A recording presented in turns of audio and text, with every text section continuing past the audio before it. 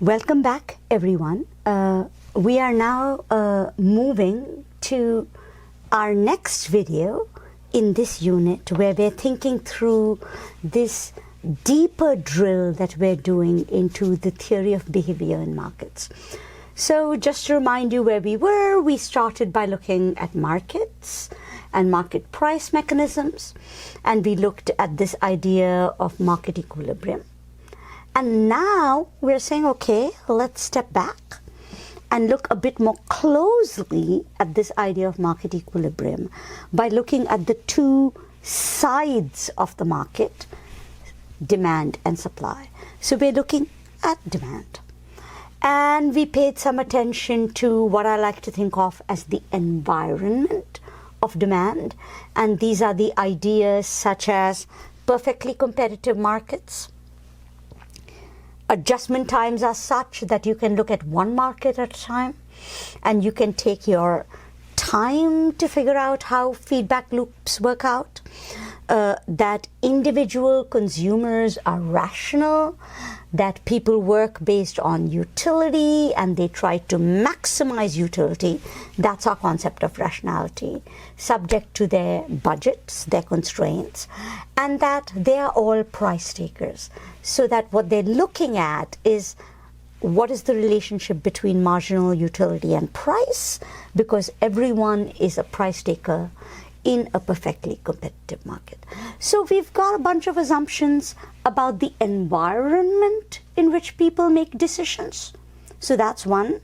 Competitive markets, free entry, exit, price takers, all of that. And the behavioral factors that influence how people make decisions. This is the rational agent, the utility maximizer, the person who's focused only on their own self-interest and on maximizing their own needs. We can have debates about all these assumptions. We can have debates about the environment of decision making. Is it competitive?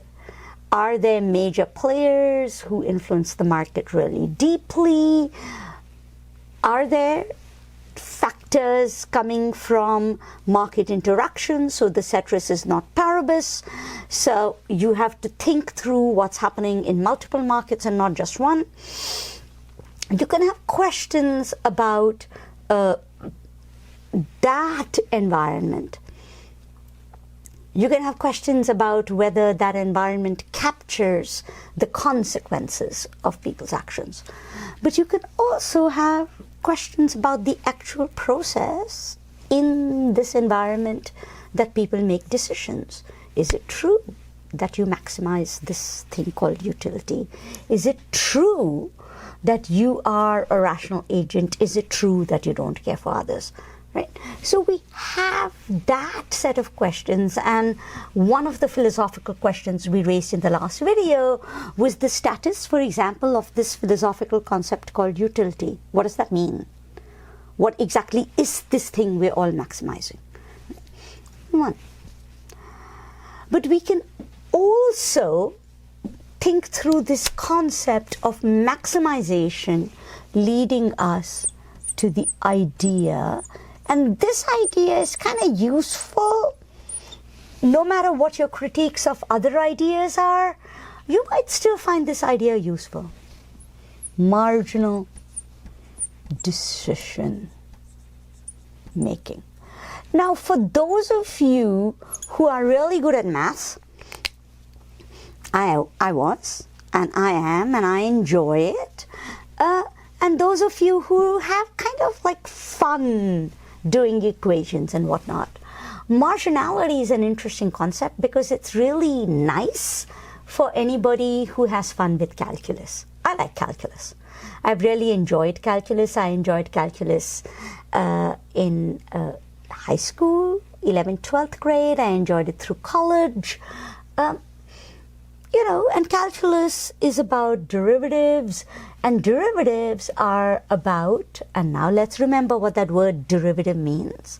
It means that if A depends on B, The derivative is something that tells me how A depends on B, right? So derivative functions are functions that tell me something a little bit more about the relationship. It turns out this idea of marginal maps onto the idea of derivative, but it's important to know what this idea of marginal means in economic terms. Because if we don't know what it means in economic terms, and we're very good at calculus, then what we've got is we're really smart at calculus, we have no idea what it means in economics, garbage in, garbage out. We can take a derivative, we have no idea why we're taking it, when we're taking it, and what it means. We'd be falling back into that problem of this sort of anxiety about math that I talked about earlier, that we live in an enumerate society where we think that more numbers is better, even if we don't understand what the numbers mean. And we don't want to end up there.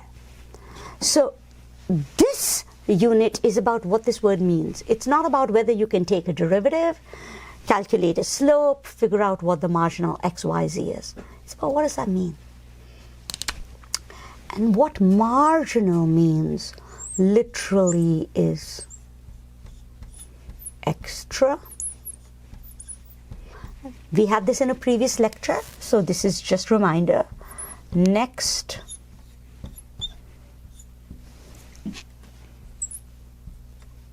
on the margin. And it's an interesting concept, because what it means is that the way I imagine decision making is that I imagine decision making as happening at the level of one production unit at a time. And think of how I've talked about supply and demand all this way through.